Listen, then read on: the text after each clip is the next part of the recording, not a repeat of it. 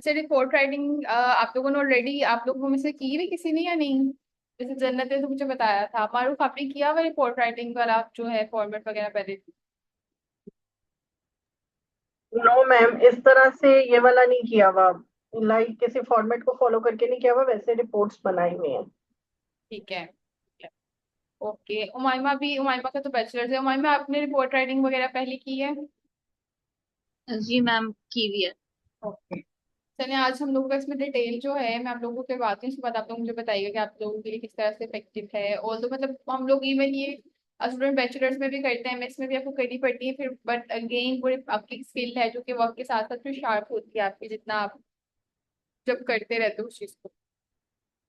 अच्छा, इसलिए हम पहले एपीआई फॉर्मेट को देखते हैं, ठीक है? वो मैं आप लोगों को थोड़ा बता देती हूँ, उसके बाद फिर हम इसका लाइक इससे रेलेवेंट जो होगा, भाई मूव कर रहा था, इसका फॉर्मेट प्रॉपरली, इसमें क्या कंटेंट है वो देखना। उसके बाद मैं आप लोगों को एक डेमो जो है वो रिपोर्ट भी दिखा दूंगी, ठीक है? वो मैं आपको शेयर नहीं करूंगी, लेकिन ये कि मैं आपको प्रॉपरली बता दूंगी कि अच्छा इसका स्ट्रक्चर वैसे प्रैक्टिकली किस तरह से बना हुआ है इन डिटेल, ठीक है? तो एमएस की रिपोर्ट ही है, तो उसमें काफी डिटेल वो बनी हुई है, जैसे बैचलर्स में भी आप लोग बनाते हैं, और मुझे बैचलर्स में क्योंकि हमने नहीं बनाई थी उस टाइम पे, मास्टर्स में हम लोगों ने डिटेल में बनाई थी, तो बैचलर्स का मुझे क्लियर याद नहीं, लेकिन ये कि उससे काफी डेफिनेटली बहुत डिटेल में वो चीजें बनती हैं। अच्छा, अगर हम इसकी एपीए का, क्योंकि जब आप रिपोर्ट बनाते हैं तो आपका ये कि पहले आपका फॉर्मेट जो है वो बहुत ज्यादा मैटर करता है। आपने मतलब जितना भी आप करते हो फॉर्मल राइटिंग है जिसमें आपका उसमें एपीए आपका बहुत ज्यादा इसका थीसिस आता है ना, उसी तरह आपकी रिपोर्ट राइटिंग भी उतनी ही स्ट्रॉन्ग है। असाइनमेंट्स भी हम बनाते हैं, उसमें भी आपका एपीए मैटर करता है, लेकिन रिपोर्ट राइटिंग में बहुत ज्यादा आपका जो एपीए है फॉर्मेट वो ठीक होना जरूरी है, स्पेशली आप यूनिवर्सिटीज में अगर वो कर रहे हो वो चीज उसके लिए। तो ये इन डिटेल हम उसको देखते हैं किस तरह से आपकी जो होती है केस रिपोर्ट जो है आपकी टाइम नॉर्मल्स में होती है, ठीक है? आपने उसको अपने स्टाइल से नहीं है, कुछ बीच में अगर न्यू है जिन्होंने नहीं की हुई चीज, तो ये आपने टाइम रोमन्स ही आप रखेंगे उसका, ठीक है? जो आपका लाइक रिटर्न वो जो उसका होता है स्टाइल, राइटिंग स्टाइल, आपने जब भी इंसर्ट आपका जो है राइट साइड जो होगा आपका मतलब आपकी जो पेज होगा ना, जैसे ये वर्ड का पेज है, जैसे यहाँ पे राइटिंग है, आपकी राइट साइड पे जो होगा वो पेज नंबर आप जो है उस पे इंसर्ट करोगे, ठीक है? उसके बाद आप जितने भी केस रिपोर्टर्स की लेफ्ट ऑफ पे आप हेडर जो है by using headers, right, case report number, आपकी केस नंबर जैसे उस पे 1 लिखा हुआ है, तो कौन सी रिपोर्ट नंबर है तो वो आपकी लेफ्ट साइड पे आएगी, लेकिन आपके टॉप हेडर में आएगी। जब आप उस पर केस रिपोर्ट नंबर 1 लिख दोगे तो ओवरऑल सारी फॉर्मेट में फिर वो आएगी कि आप लोग 1 2 या 3 लिख रहे हो उस चीज। उसके अलावा आपका जितने भी पैराग्राफ हैं उसकी स्पेसिंग जो होगी 1.5 होगी, आपका लेफ्ट अलाइन कंटेंट होता है, उसके साथ आपकी स्पेसिंग जो है आपने 1.5, ओवरऑल जो कंटेंट की रखनी होती है वो 1.5 है। उसके बाद आपकी हेडिंग जो है अगेन एपीए के फॉर्मेट है, उसकी एपीए की जो हेडिंग्स है वो भी मैं इसमें आई गेस इसमें नहीं है, लेकिन वो मैं आपको शेयर कर दूंगी। हेडिंग 1, हेडिंग 2, हेडिंग 3 आपकी किस तरह से होती हैं, वो भी मैं आपको ना उसका फॉर्मेट अगेन एक दफा शेयर कर दूंगी उसको अलग से। उसकी जो आप सारी हेडिंग्स लिख रहे हो, सब हेडिंग्स की आगे फर्दर वो सारी आपकी एपीए के अकॉर्डिंग होती है। मार्जिन आपके जो आते हैं साइड से वो 1.5 आते हैं, क्योंकि आपकी वो बाइंडिंग वगैरह भी होती है तो उसमें आपने वो चीज रखनी होती है। बाकी आपकी जो है टेबल्स उसको आपने मस्ट नंबर ईच टेबल, आपका जो भी टेबल है, क्योंकि आपकी रिपोर्ट्स में बहुत सारे टेबल आते हैं, अब अपने टेबल्स का नंबर जरूर याद रखिएगा। जैसे आपने पहले टेबल नंबर 1 किया, फिर टेबल नंबर 2, टेबल नंबर 3, इस तरह से आप हर टेबल को नंबर देंगे। उसके बाद आपकी जो है टेबल्स कहाँ पे गए, ठीक है? Must each table and figure separately, ठीक है? अच्छा, गिव अप्रोप्रिएट लेजेंड, लेजेंड क्या होता है टू ईच, अभी हम उसको टेबल को देखते हैं तो उसका लेजेंड भी मैं आपको दिखाती हूँ। लेजेंड क्या होता है कि जो आपकी उसके ऊपर आती है ना, जैसे development milestones regarding child birth, इस तरह से आपका एक आएगा, ठीक है? उसके अलावा स्वेटी ऑफ प्रॉब्लम्स, मतलब जिसका टेबल बना रहे हैं उसके ऊपर एक लेजेंड आपका आता है, वो चीज आपने उस पर लिखनी होती है। उसके बाद आपने रेफरेंस, जितनी भी आप टेक्निक्स हो ना उसके आपने रेफरेंस जरूर, मतलब कोई भी आप सपोज आपने साइको एजुकेशन का कोई करवाया है, तो आपने साइको एजुकेशन के बारे में कहाँ से पढ़ा, आपने कहीं ना कहीं से पढ़ के वो टेक्निक यूज की, आपने खुद से नहीं बनाई, ठीक है? तो अगर तो आपने किया तो उसका आपने रेफरेंस जरूर साथ जो है ना वो शेयर करना है। उसके बाद आपका reference in text in reference list, अब फिर आपने उसके रेफरेंस भी रेफरेंस लिस्ट में भी डालने हैं एपी के अकॉर्डिंगली, उसके साथ साथ आपके टेक्स्ट में भी वो चीज आएगी। अच्छा, अभी हम लोगों ने थोड़ा एपीए को देख लिया, ये आप लोग के पास सब सेफ रहेगा, ये मैं आपको शेयर भी कर दूंगी, तो आप उसको यूटिलाइज कर सकते हैं फर्दर अपनी रिपोर्ट्स में, जब आप फर्दर मास्टर्स करते हैं या रिपोर्ट्स जब भी आप करते हैं तो आपको हेल्पफुल रहेगी जी। अच्छा, अब उसके बाद आपके पास आता है एडल्ट केस। ये एडल्ट की है, चाइल्ड की बस थोड़ा सा डिफरेंस ये होता है कि उसमें ना आपके डेवलपमेंट जो है वो माइलस्टोन्स वाला एक टेबल आ जाता है। मैक्सिमम हद तक सिमिलर सारी रिपोर्ट्स ही होती हैं। फॉर्मेट सारा आपका यही चाहता है। थोड़ा बहुत बस आपका डिफरेंस यही आएगा कि आपके उसके टेबल्स थोड़े डिफरेंट होंगे, ठीक है। तो इसके अकॉर्डिंगली बाकी सारा जो है आपका सिमिलर ही है। एडल्ट की मेरे पास एग्जैक्टली पड़ा, तो मैंने वो निकाल के ना वो अभी आप लोगों को शेयर कर रही हूँ। अच्छा, उसके अलावा एडल्ट का क्योंकि मोस्टली हमारा अभी तक प्लेस इंटर्नशिप जो मैं आपको करवा रही हूँ, एक से ज्यादातर मैक्सिमम हद तक हमारी जो है एडल्ट में ही है। हम लोग जो चीजें कवर कर रहे हैं 80%। तो इसके लिए जो है मैंने आप लोग को वही शेयर किया अभी। और दूसरा, इसकी अब आप लोगों ने स्टार्ट करना होता है तो आपका एक समरी पेज आता है। अच्छा, समरी आप ट्राई करें कि आप अपनी जब भी आप रिपोर्ट पूरी लिख लें, समरी आप एट द एंड लिख लें, ठीक है। मतलब अपनी पूरी रिपोर्ट राइटिंग कर ली आपने और उसके बाद आप समरी लिखेंगे तो ना आपके लिए बहुत कन्वीनियंट हो जाएगा। आपके पूरा स्केच बना होगा। इनिशियल डेफिनेटली आप समरी लिखना आपके लिए मुश्किल होगा। तो वो चीजें आपने पूरी रिपोर्ट राइटिंग कर ली, उसके बाद आप शुरू में एक पेज छोड़ दें चाहे बाद में ऐड कर ले, तो वो कि आप अपनी समरी अलग से लिखें, उसमें आप फिर उसको ऐड कर लें फ्रंट का page as a front page. उसमें आपने कंप्लीट डिस्क्रिप्शन देनी होती है ऑफ केस प्रेजेंटिंग, जो होती है आपकी रिगार्डिंग जो है इसको मैं के साथ साथ आपको जो है ना उसको दिखाती भी जाती हूँ कि किस तरह से वो चीज लिखी हुई है। जैसे समरी ऑफ केस है तो किस तरह से होगी, आपकी केस की डिस्क्रिप्शन आएगी, उसकी कंप्लेन क्या है, उसकी असेसमेंट रिजल्ट्स क्या आए हैं विद डायग्नोसिस, फिर मैनेजमेंट प्लान, फिर कितने सेशंस और उस पे आपका फर्दर जो था वो क्या जो था ना वो आपके आउटकम्स आए। अब इसको मैं ट्राई करती हूँ कि अपने दोनों अगर पेजेस ओपन हो जाते हैं एट अ टाइम तो उसको मैं आप लोगों को करके दिखाती हूँ।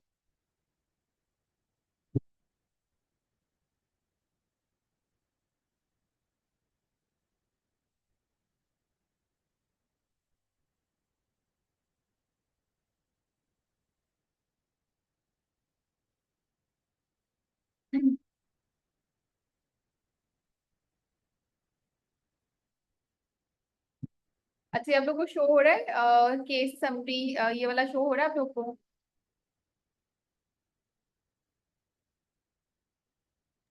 No ma'am. तो मसला हो गया, फिर शो नहीं हो रहा। वर्ड के डॉक्यूमेंट है ये भी। जी मैम, ये समरी ऑफ द केस तो शो हो रहा है, एडल्ट केस रिपोर्ट फॉर्मेट। ठीक है, वही मैं आपसे पूछ रही हूँ ना। नहीं नहीं, केस नंबर 1 केस समरी ये वाला। No ma'am. ओके, एक सेकंड।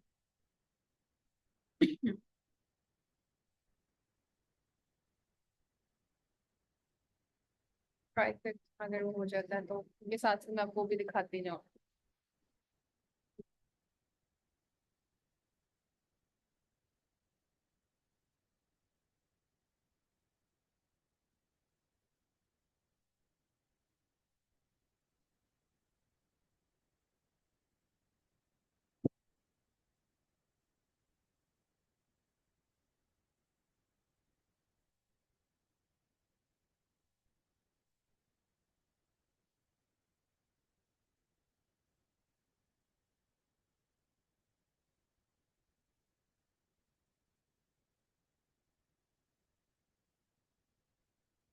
अच्छा, अब शो हो रहा है।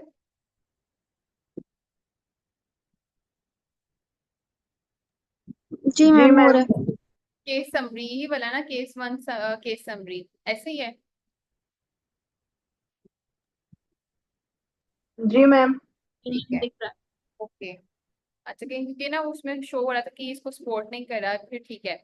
अच्छा, इसमें अब आप लोग देख लें, मैं साथ साथ ट्राई करूंगी कि मैं आपको थोड़ी थोड़ी डिस्क्रिप्शन साथ साथ देती जाऊंगी। जैसे अब इसके अंदर है, जैसे आपने पहले प्रॉपरली उसका बताना है कि रेफरेंस दिया कि एक जो बच्ची है उसकी एज क्या है, उसका रेफरेंस कहाँ से है, आपने उसकी प्रेजेंटिंग कंप्लेंट्स बताई, जैसे उसका इंटरेस्ट नहीं है स्टडीज में, मैनेजिंग, उसे टाइम मैनेज नहीं हो रहा उससे, जैसे क्योंकि ये जो रिपोर्ट है एक बच्ची की है जो कि स्कूल की एक बच्ची है, मतलब कि स्कूल में जो होती है ना लाइक स्पेशल स्पेशल नहीं, मेन स्ट्रीम, उसकी like age almost like 13 years है, ठीक है। उसकी रिपोर्ट ये है। उसमें उसकी प्रेजेंटिंग कंप्लेंट नहीं है कि उसको फादर का फियर भी था, एडजस्टमेंट इश्यूज भी थे स्कूल में, ही सारी थी उसकी कंप्लेंट्स आ गई। फिर आपने असेसमेंट क्या यूज की, वो उसमें मेंशन है। उसके बाद असेसमेंट के रिजल्ट्स क्या है, फिर वो भी उसमें मेंशन कर देने हैं। उसके बाद फर्दर जो है आपका मैनेजमेंट गोल, जैसे आप देख रहे हैं मैनेजमेंट गोल कॉम्प्रोमाइज, ये रेपो बिल्डिंग था, active listening, effective communication, calling name, supportive therapy, ये उसके बाद आपका functional analysis, cost benefit analysis, bibliography, bibliography का भी मैं आप लोगों को थोड़ा सा लेक्चर में नेक्स्ट में थोड़ा पढ़ा दूंगी।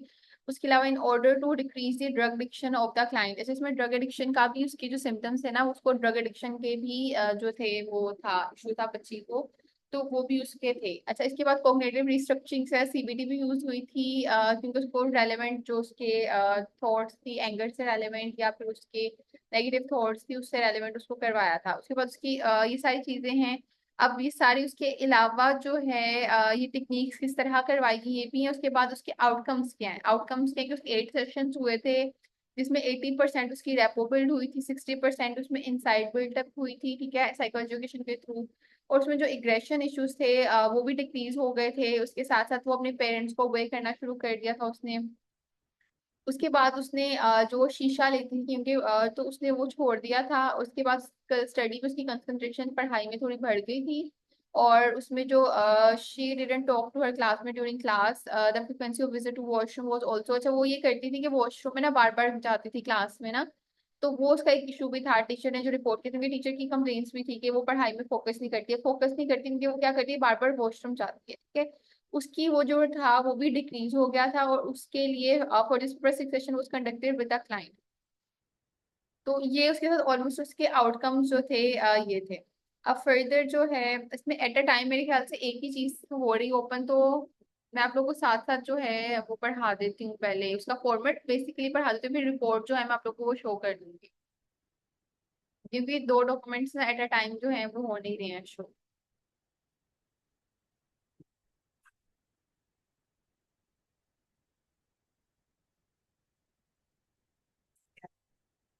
अच्छा, इसके बाद आपके पास जो आ जाता है केस समरी, जिसका मैंने आपको बता दी। उसके बाद आपने आइडेंटिफाइंग डाटा होता है। आइडेंटिफाइंग डाटा आपका जो आता है आपका एक बॉक्स की फॉर्म में आता है, जो भी मैं आपको शो भी कर देती हूँ, वो आपका आएगा, ठीक है। और उसके बाद आपके source and reason for referral, अच्छा किस चीज के लिए भेजा गया था, कौन किसने, मतलब पेरेंट्स ने भेजा है या फिर टीचर ने, मोस्टली स्कूल्स में तो टीचर्स करती, ठीक है। और सोर्स ऑफ रेफरल क्या था, इन्फॉर्मेंट कौन था जो बताने वाला था, वो सारी चीजें आपकी वो आ जाएंगी। उसके बाद आपके प्रेजेंटिंग कंप्लेंट से आप शुरू करते हो, थर्ड मतलब ये आपके नंबर्स इस तरह से ही होने चाहिए। प्रेजेंट फिर आपकी प्रेजेंटिंग कंप्लेंट्स आती हैं कि मेन बच्चे को मसला क्या है, ठीक है। और उसके बाद इनिशियल ऑब्जर्वेशन आपकी आती है कि अच्छा आपने ऑब्जर्व क्या किया था उसको, लाइक उसकी अपेयरेंस, उसका पोस्चर, उसकी स्पीच, उसका आई कांटेक्ट क्या था, इनिशियल कांटेक्ट क्या था, उसकी परसेप्शन और रेफरल के बारे में, मतलब उसको भेजा गया तो उसको क्या लग रहा था, मुझे क्यों भेजा गया, ये क्वेश्चन भी आप उनसे पूछते हो। जैसे बच्चे हैं तो अगर आपको पूछते हो कि अच्छा आपको आप यहाँ पे आए हो, आपको क्या इसके बारे में आइडिया है, क्या आप जानते हो इस बारे में। उस फोन से करें, Finding नहीं out उसी से करें। मैं ये नहीं दे सकती, मेरी क्लास में तो मैंने चीजें देखी। अब आप महफल से नाराज हो गई हैं, गुड। अच्छा बाहर जाए। open open है। अच्छा, उसके बाद आपकी इनिशियल ऑब्जर्वेशन वो बहुत स्ट्रॉन्ग होती है, वो आपने लिखनी भी है और ऑब्जर्व भी करना है। मतलब आपको प्रॉपरली जब आप ये करोगे तो आपकी वैसे भी जो चीजें हैं फर्दर जो हैं प्रैक्टिकली सेशन के लिहाज से भी स्ट्रॉन्ग होना शुरू हो जाती है, कि आपको पता चलता है पूरा स्ट्रक्चर क्या होता है एक आपकी ना चीजों का।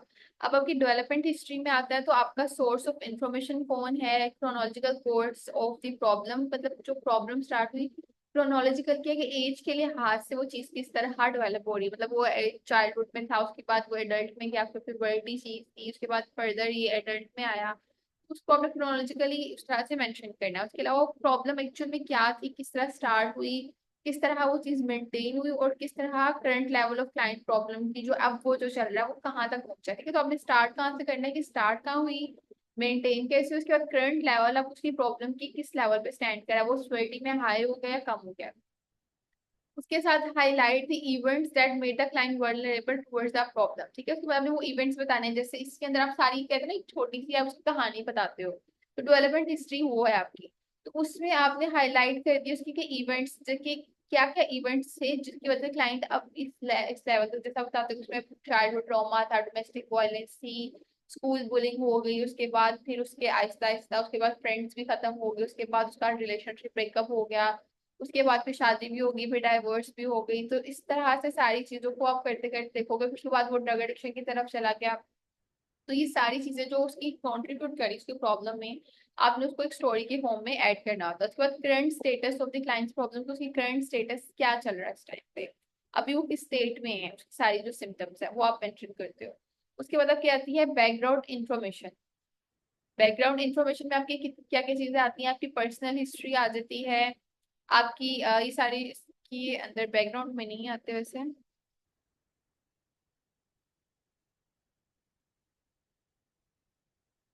अच्छा, बैकग्राउंड हिस्ट्री में आपकी मोस्टली पर्सनल हिस्ट्री आती है, ठीक है।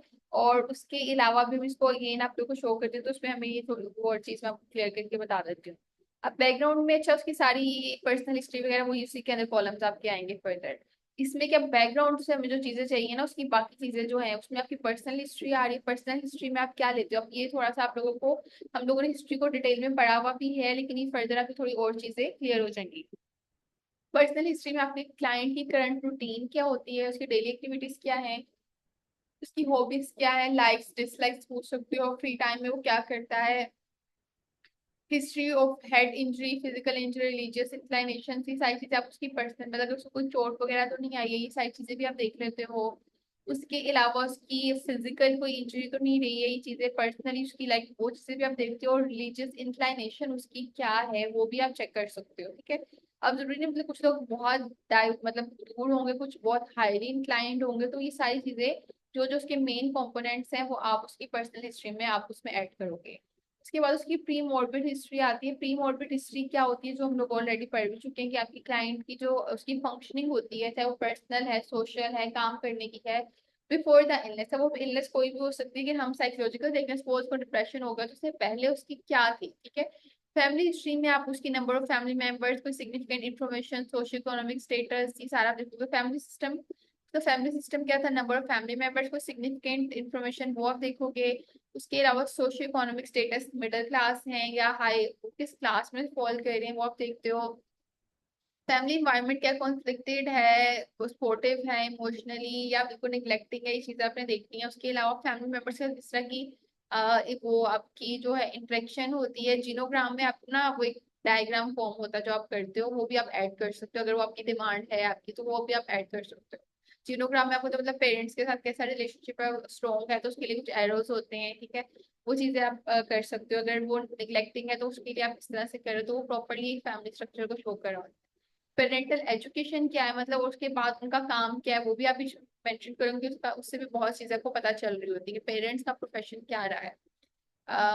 हाइक से किसी ने मुझे बताया भी था अपने लाइक अपने फादर के बारे में, कि उनका जो था वो इस तरह से था, लाइक गवर्नमेंट जॉब थी, लेकिन वो कहते थे वो जॉब, अब जॉब की वजह से भी ना उनमें वो चीज थी, ओके वो बहुत ज्यादा ना गवर्नमेंट जॉब्स में लोग जो होते हैं बहुत ज्यादा, आप लोगों को कह रही है वो थोड़ा सा वो अथॉरिटी शो करते हैं। अब वो अथॉरिटी वो शो करते थे और बच्चे में भी वो चीज ट्रांसफर होना शुरू हो गई, तो मतलब प्रोफेशन का लिंक भी बहुत ज्यादा पेरेंट्स के प्रोफेशन के साथ भी होता है, कि फादर क्या कर रहे हैं वो चीज फर्दर आपकी मूव हो रही है। सेक्सुअल हिस्ट्री को हम डिटेल में हमने कवर किया हुआ है, कि आपकी पिवटल चेंजेस आते हैं, रिएक्शन क्या होता है, सेक्सुअल रिलेशनशिप आपके क्या रहे हैं, रिएक्शन टूवर्ड्स दो सेक्सुअल एक्टिविटीज, वो आपकी जो सेक्सुअल एक्टिविटीज उस पर आपका क्या रिएक्शन था, वो चीजों पे आपने उन चीजों को भी करना है। मैरिटल हिस्ट्री आपकी आप देखते हो, वो भी आपने बीच में ऐड करनी है, अगर तो वो मैरिज, अब शादी अगेन, अगर तो शादी है तो ही मैरिटल हिस्ट्री आएगी, वरना नहीं। सेक्सुअल हिस्ट्री तो आप सबकी करोगे, कि मैरिटल हिस्ट्री अगेन उसी की आएगी जिसकी शादी हुई है। तो अरेंज या लव मैरिज है, स्पाउस की क्या एज थी वो आप जरूर पूछते हैं। अगर पेरेंट, अगर आपके पास कोई क्लाइंट भी आए ना, तो वो शादी का वो बताया तो अपने पार्टनर का पूछना है कि आपकी एज डिफरेंस क्या है, उसकी एज क्या, आपकी एज क्या है, वो भी आपको बहुत इंफॉर्मेशन देनी होती है। फिर एजुकेशन क्या है उसकी, ये काम क्या कर रहे हैं, ड्यूरेशन ऑफ मैरिज वो आप देखोगे कितनी देर से चल रहा है, उसका रिलेशनशिप कैसा है, कॉन्फ्लिक्टेड है वो है, जिस तरह भी वो आप लोगों ने रिपोर्ट करना होता है। फिर एजुकेशनल हिस्ट्री में आप करते हो जिसमें उसकी एज क्या थी, स्कूलिंग एट किस एज में उसने स्टार्ट, उसकी परफॉर्मेंस क्या थी, इंटरेक्शन कैसी थी उसकी क्लास वाले के साथ, वो सारी चीजें। और फिर उसकी काम करने की जो है हिस्ट्री, उसको आपने देखना है। Detail of job, client view about उसका जॉब के बारे में क्या व्यू है, वो सेटिस्फाइड है या नहीं, और अपने रिलेशनशिप्स के को लेकर ये हमने ऑलरेडी काफी चीजें थोड़ी डिस्कस की हैं, लेकिन उसका मैं आपको लिंक करके रिपोर्ट के साथ थोड़ा सा बता रही हूँ।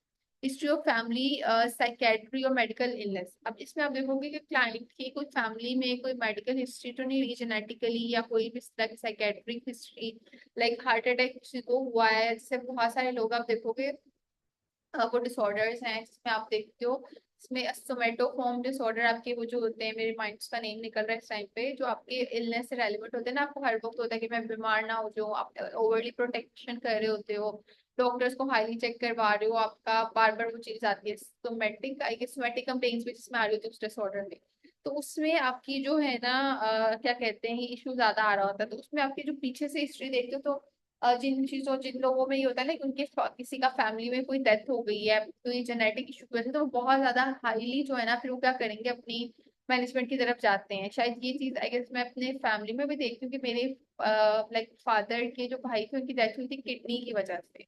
अब वो लोग हाईली प्रोटेक्टिव शायद उस वजह से हो गए हैं या पता नहीं कोई और रीजन है, लेकिन मेरे फादर और मेरी जो लाइक ग्रैंड मदर है वो हाईली अपनी हेल्थ को लेकर कंसर्न होते हैं। मतलब थोड़ा सा कुछ होता है तो वो डॉक्टर्स के पास, मल्टीपल डॉक्टर्स के पास जाएंगे, चेकअप्स करवाएंगे, मल्टीपल मेडिसिन लेने की कोशिश करेंगे। तो हाईली जो आप अपनी हेल्थ को लेकर कंसर्न हो रहे होते हो, उसके पीछे रीजन कोई ना कोई आपकी होती है कि आप एट रिस्क को उनको लग रहा होता है, क्योंकि उनको होता भी है कि अगर आपकी फैमिली में किसी को जेनेटिकली स्पॉट हार्ट अटैक के इश्यूज हैं या दिल के मसाइल हैं, तो वो चीज ट्रांसफर होने के चांसेस बाकियों में भी होते हैं, तो उसमें एहतियात की जा कहा जाता है कि आप वो चीज एहतियात से करें।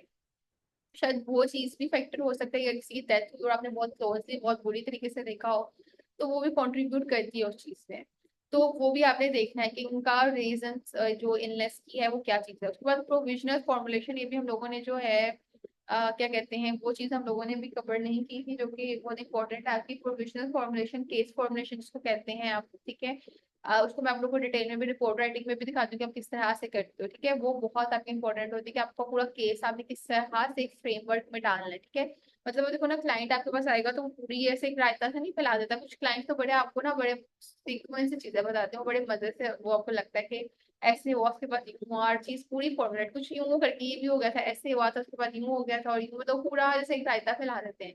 अब वो स्टिल आपके माइंड में आपको उस चीज को कंसेप्चुलाइज करना, उसको एक फ्रेमवर्क में लाना वो बहुत जरूरी है, वरना अगर आपको खुद समझ नहीं आएगी, क्लाइंट तो आपको यूं पे लाएगा, कभी इधर लेके जाएगा कभी उधर लेके जाएगा, आपने उनको किस तरह से लिंक करना है वो आपकी केस फॉर्मुलेशन में, प्रोविजनल फॉर्मुलेशन में आता है, ठीक है। उसको आप किस तरह बेस कर रहे हो, आपने जितनी हिस्ट्री ली है ना, ये सारी हिस्ट्री, उसको including brief summary of the risk and protective maintaining factor of the problem, उसको पूरा आप क्या करोगे, ब्रीफ करके एक केस का, एक कहते हैं ना, एक सांचे में उसको ढालोगे, ताकि आपको समझ आए अच्छा ये चीज किस तरह से प्रोवोक हुई, फिर किस तरह आप घड़ी, फिर मेंटेन हुई, वो सारी चीजें।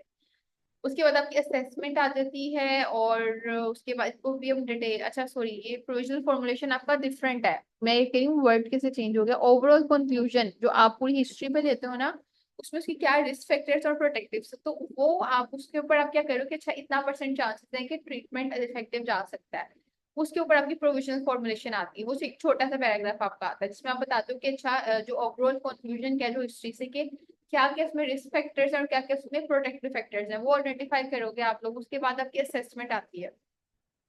असेसमेंट में हम अगेन जो जो हम यूज करें मोडालिटीज आपने वो लिखनी है, उसकी लिस्ट डाउन करने, उसका रैशनेल की किस क्या रैशनेल है, ये भी बड़ा होता है कि ना जैसे मैं ये देखती हूँ बहुत सारी यूनिवर्सिटीज का ये मसला है कि जैसे अब यूसीपी में अगर आप लोगों ने पढ़ा है या हुआ मुझे नहीं पता, लेकिन मैं जब हम लोग गए थे अपनी प्लेसमेंट्स पे तो वो लोग ना आते थे और इतने सारे टेस्ट ना उन्होंने पकड़े होते थे कि ये टेस्ट हमने अप्लाई करना है, हमने ये टेस्ट अप्लाई करना है। अब इतने सारे टेस्ट अप्लाई करने, क्लाइंट से वो मिले हो या ना मिले हो ये भी मैटर नहीं करता उनके लिए, सिर्फ और सिर्फ असेसमेंट करना है। तो आपने अगर कोई असेसमेंट यूज किया है, आपने उसको देखना है कि आपने उसको किस पर्पज से किया, उसको मकसद था या सिर्फ और सिर्फ आपने सीखने के लिए किया है। तो वो चीज आप रिपोर्ट में नहीं करते उसको रिपोर्ट। अच्छा आप ये चीज गलत भी होता है कि स्टूडेंट्स को वो दे देते सिर्फ और सिर्फ सीखने के लिए, इससे तो बेचारे पेशेंट पे डिस्टर्ब होते हैं और वो अपना फायदा देख रहे होते हैं, तो वो एक समहाउ उनके लिए डिस्टर्बिंग भी होता है कि स्टूडेंट्स बताते भी है फाउंटेन हाउस या डिफरेंट सेंटर्स में कि उनको वो असेसमेंट रट गई है, कि उनको जिन दफा करके हम आपको करके दिखा देते हैं जी हमें आता है, ठीक है। तो वो चीज बड़ी प्रॉब्लमेटिक होती है कि आपने उनको जो है असेसमेंट वो ही यूज करनी है जो उनको रिक्वायर्ड। अब यूनिवर्सिटीज का शायद वो चीज हो सकती है, ये क्या मसला है, लेकिन जैसे मुझे याद है हमारी यूनिवर्सिटीज में ये लिटरली प्रेशर नहीं था, हमें वही जो हमें रिक्वायर्ड थी वही सिर्फ और सिर्फ करते थे उनपे, और वो पूछा भी जाता था अगर आपने कोई गलत यूज किया तो फिर आपसे क्वेश्चन होता है कि आपने क्यों यूज किया, अगर कोई पर्पज नहीं था तो आपने उसका रैशनेल बताना। रैशनेल मतलब अगर सपोज मैं उसकी देखना चाह रही हूँ कि इसकी क्या कहते हैं उसमें अलेक्सियोजोफेनी के सिम्टम्स है, तो मैं उसके लिए पेन्स यूज कर रही हूँ, अभी नेक्स्ट हम वीक में उसको कवर करेंगे। तो उसके लिए क्योंकि मुझे पता चल रहा है उसका डायग्नोसिस मिल रहा है, लेकिन मुझे कंफर्म करने के लिए वो चीज करनी है, लेकिन मैं वैसे अगर एक आम डिप्रेशन के पेशेंट पे करूँ तो वो गलत चीज है। तो आप लोगों ने इसका रैशनल बता दिया असेसमेंट में, उसके बाद उसका प्रोसीजर क्या आपने उसको किस तरह से किया क्लाइंट की प्रॉब्लम के लिए, फिर आपने लिस्ट ऑफ असेसमेंट को उसके लिए फर्दर्स में ये सारी मेंशन है कि कौन कौन सी आपकी हो सकती है। अच्छा, उसके बाद आपका क्वालिटेटिव एंड क्वांटिटेटिव इंटरप्रिटेशन भी आते हैं, जो आपको स्कोर्स आ रहे होते हैं असेसमेंट के, सबके नहीं क्वालिटेटिव क्वांटिटेटिव होते, स्कोर मेंटल स्टेट कर रहे हैं या फिर आप बिहेवियर ऑब्जर्वेशन कर रही हैं, तो वो आपकी एक इनफॉर्मल असेसमेंट है, लेकिन उसकी कोई स्कोरिंग्स नहीं है। लेकिन जो फॉर्मल असेसमेंट जिनकी स्कोरिंग्स हैं, जैसे लास्ट टाइम अभी हमने किया था कॉर्नर्स कॉर्नर्स का स्केल किया था, उसकी स्कोरिंग है आपकी, ठीक है। उसके लिए आप उसकी इंटरप्रिटेशन किस तरह से करें, क्वालिटेटिव भी और क्वांटिटेटिव। क्वालिटेटिव का आप क्वालिटी मतलब कि उसकी क्वालिटेटिव बिहेवियर्स लिख रहे उस टाइम कुछ नहीं इस तरह से बिहेव किया था, वो सारी आपकी ऑब्जर्वेशन में आ रही थी। क्वांटिटेटिव क्या है, जो आप नंबर्स की फॉर्म में उस चीज का स्कोर को मेंशन कर रहे हो, उसको आपने इंटरप्रिटेशन आपने उनकी डिफरेंटली इस तरह से करनी है। अच्छा, उसके बाद आपने जनरल कंक्लूजन देना होता है, जितनी भी आपने 10-12 सेट पोज कर लिया, 5 कर ली, 6 कर ली, उसके बाद आपने उसका एक कंक्लूजन लिख दिया। अब क्या करना है आपने, उसके बाद एक केस फॉर्मुलेशन की तरफ हम आते हैं, ठीक है। तो केस फॉर्मुलेशन आपकी क्या है, केस फॉर्मुलेशन का गेन आपकी समराइज करना all contributing pre disposing participating maintaining और प्रोटेक्टिव फैक्टर्स जिसकी वजह से क्लाइंट अब तक चल रहा है उस पे। अब वो सारी चीजें आपने वो लिखनी है, ये मैं आपको अगेन जब वो शो करूंगी तो मैं उसमें अच्छे से आपको उसके बारे में बता दूंगी। उसके बाद पिक्टोरियल रिप्रेजेंटेशन भी आपकी आती है, summarise line problem in pictorial manner जो होता है उसमें आपने करना होता है। इसको हम इधर से भी देखें तो आपने क्या करना होता है, pre disposing participating maintaining and protective factors, ठीक है, जिसकी वजह से क्लाइंट की प्रॉब्लम चल रही है। उसके साथ साथ आप देखते हो एक्सप्लेनेशन शुड इंक्लाइन प्रीडिस्पोजिंग फैक्टर्स अब क्या होते हैं आपके जेनेटिकली, जैसे कि उसकी लाइक कजन मैरिज हुई है पेरेंट्स की, उसकी वजह से क्योंकि फैमिली में जिनकी शादी होती है उनमें हायर चांसेस होते हैं कि वो चीज बढ़ सकती है, कोई भी इशू है अगर तो उसमें चांसेस ज्यादा होते हैं। लेकिन अगर वो चीज लाइक आपको हो बाहर की मतलब अगर वो हो तो कम चांसेस होते हैं, वो भी फैक्टर होता है क्योंकि रिसर्च उसको सपोर्ट करती है। तो आप वो बीच में ऐड करते हो, प्रेसिपिटेटिंग फैक्टर्स देखते हो कि अच्छा किस चीज उसको ट्रिगर कर दिया, मतलब उसमें वो चीज की प्रेसिपिटेट था लेकिन ट्रिगर वो हुआ जब पेरेंट्स की डेथ हो गई या लॉस हो गया, हस्बैंड से डाइवोर्स हो गई, सोशल सपोर्ट खत्म हो गई उस चीज से। मेंटेन क्या कर रहा है कि अब उसका ये कॉपिंग अच्छी नहीं है या फिर वो फाइनेंशियल क्राइसिस से गुजर रहा है, अनएम्प्लॉयमेंट से गुजर रहा है, ड्रग एडिक्शन में चला गया, वो सारी चीजें।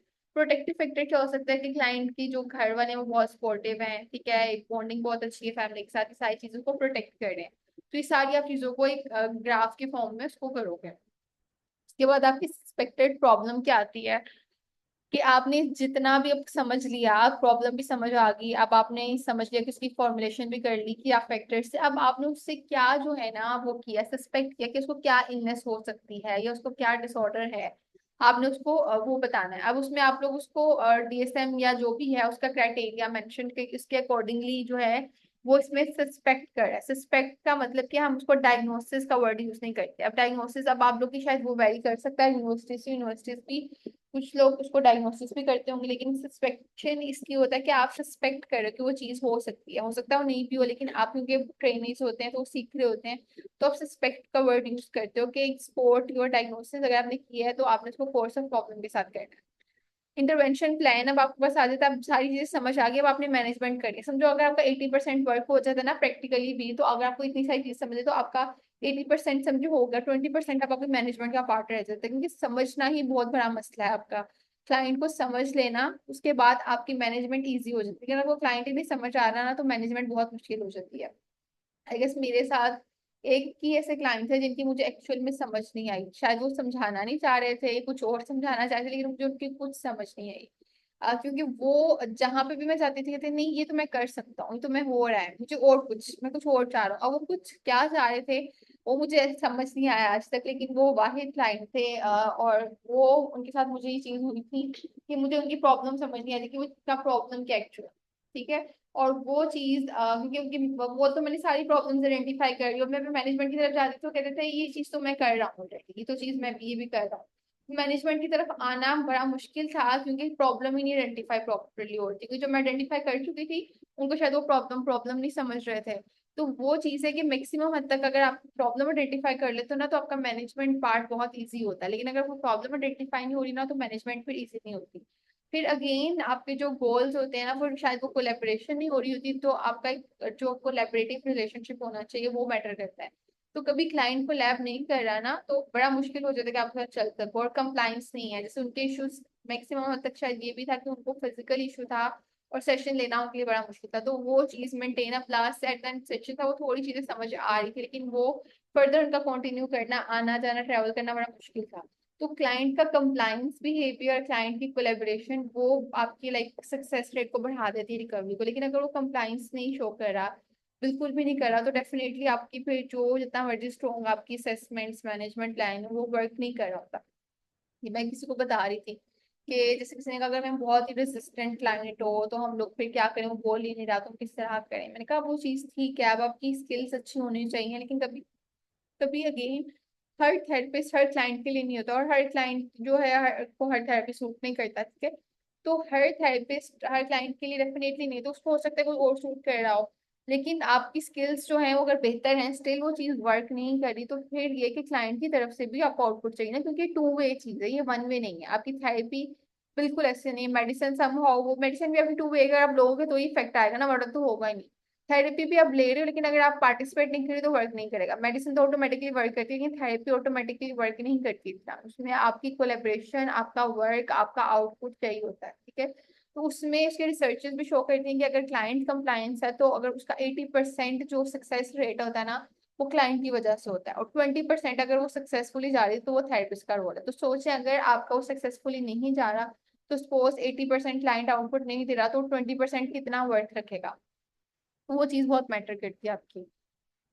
इसके बाद आपका इंटरवेंशन प्लान क्या आता है, आपका मैनेजमेंट प्लान आता है कि आपने जो असेसमेंट्स निकाली हैं उसके ऊपर आप फिर आप मैनेजमेंट प्लान अपना करते हो, ठीक है। उसके बाद इंटरवेंशन स्ट्रेटेजीज आपकी क्या है, कि आपने क्या क्या स्ट्रेटेजीज यूज की हैं उसको, उस के लिए वो आप टेक्निक्स और वो सारी चीजें हम वो कवर करते हैं। अब सारा कुछ होगा, उसके बाद आप आउटकम्स लिखते हो कि अच्छा हर चीज की क्या क्या वो चीजें आई। जैसे मैं आप लोग को रिकॉर्ड वो करवाती हूँ सब्जेक्टिव रेटिंग की, क्लाइंट को सारा तो कितना आ रहा है। अब वो रेटिंग्स का पर्पज ये होता है कि जब आपने वो सेस कर लिया, उसके बाद एट द एंड आप फिर एक प्री असेसमेंट तो आपने कर ली है ना सब चीजों की, फिर पोस्ट आप जाते जाते फिर से वो स्केल्स भी यूटिलाइज कर सकते हो, या फिर आप उस पर पोस्ट उन पे रेटिंग्स ले सकते हो, तो आपको पता चलेगा सपोज गुस्सा उसको 10 पे आता था, जब एट द एंड था तो वो 3 पे आता था।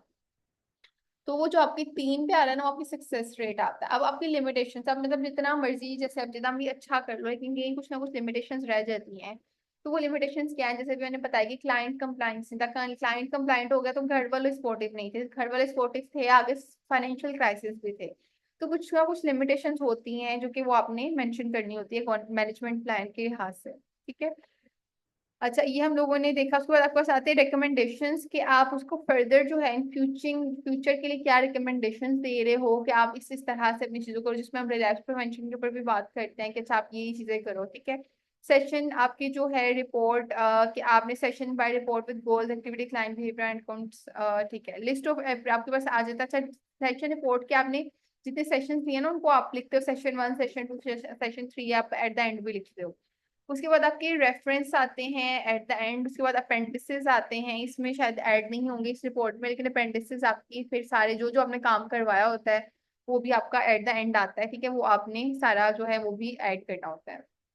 अभी तक मैंने आप लोगों को सिंपली इसका फॉर्मेट बताया, अब हम इसको इन डिटेल जो है इन डिटेल उसका एक रफली हमने इसको देख लिया है। अब हम इसका एक प्रैक्टिकली जो है मैं आपको रिपोर्ट शो करती हूँ, जिसमें सारी जो उसकी डोमेन्स है उनको हम थोड़ा थोड़ा सा देख लेते हैं, ठीक है। एक एक लाइन तो नहीं मैं उसमें कवर करवा रही, लेकिन ये कि हम उसको देखते हैं जेनेरिकली कि वो चीज जो है वो किस तरह से प्रैक्टिकली वो कितनी वर्थ वो किस तरह से दिख रही है, वो किस तरह से हमें उसको राइटिंग स्टाइल वगैरह देखना है। अच्छा, अभी किसी को कोई क्वेश्चन है तो आप लोग पूछ लें, ठीक है, फिर मैं आपको वो रिपोर्ट वगैरह शो करती हूँ। ठीक है। अच्छा, आप लोगों को क्वेश्चन नहीं है, फिर अब हम लोग उसको देख लेते हैं। ये मैंने गेम भी ओपन कर दिया।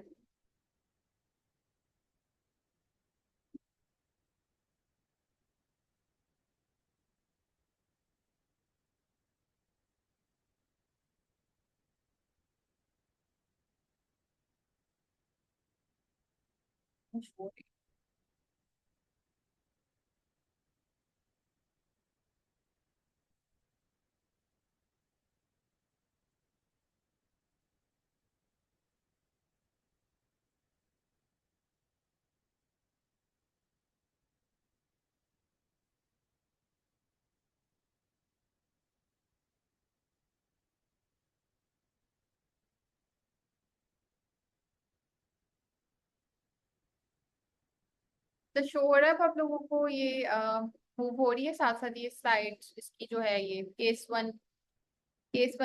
यस। क्या हो गया?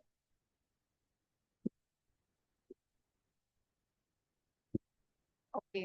अच्छा, और तो कोई बॉक्स तो नहीं शो हो रहा आप लोगों को ऊपर, बस यही सिंपली शो हो रही है ना, ऐसे ही है? मैम एक बॉक्स शो हो रहा है। बॉक्स पता नहीं क्यों आ रहा है। अब क्लियर है।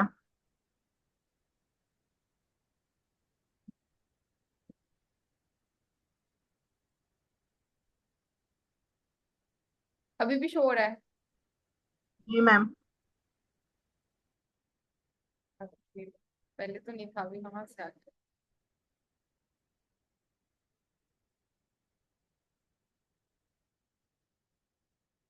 हाँ, अब ठीक है। मैम डॉक्यूमेंट बंद हो गया। ओके। अभी अब ठीक है। जी मैम। अच्छा, समरी हम लोगों ने देख लिया कि आपने किस तरह से करनी है, इसके आपको कंपोनेंट्स पता चल गए तो आपको राइटिंग में थोड़ा इजी हो जाएगा। फिर आपने सारी चीजों को अगेन यही करना है कि पूरी आप लिख लेंगे, पूरी अपनी जो केस रिपोर्ट पूरी लिख लें, उसके बाद आपने उन्हीं चीजों को जो है समराइज करके जो है लिख देना है। इसी तरह आप थीसिस भी करते हैं तो समरी आप एट द एंड ही लिखते हैं अपनी, और इंट्रोडक्शन जो आपका एक आता है उसमें समरी नहीं, आपका इंट्रोडक्शन आता है पूरा, या नहीं समरी होती है जो पूरी अपने थीसिस की लिखते हो, वो भी आप एट द एंड लिखोगे, इसको भी आप एट द एंड ही अपना लिखते हो। अच्छा, इसके बाद हमारे पास आता है, अभी हमने बात की थी आइडेंटिफाइंग डाटा।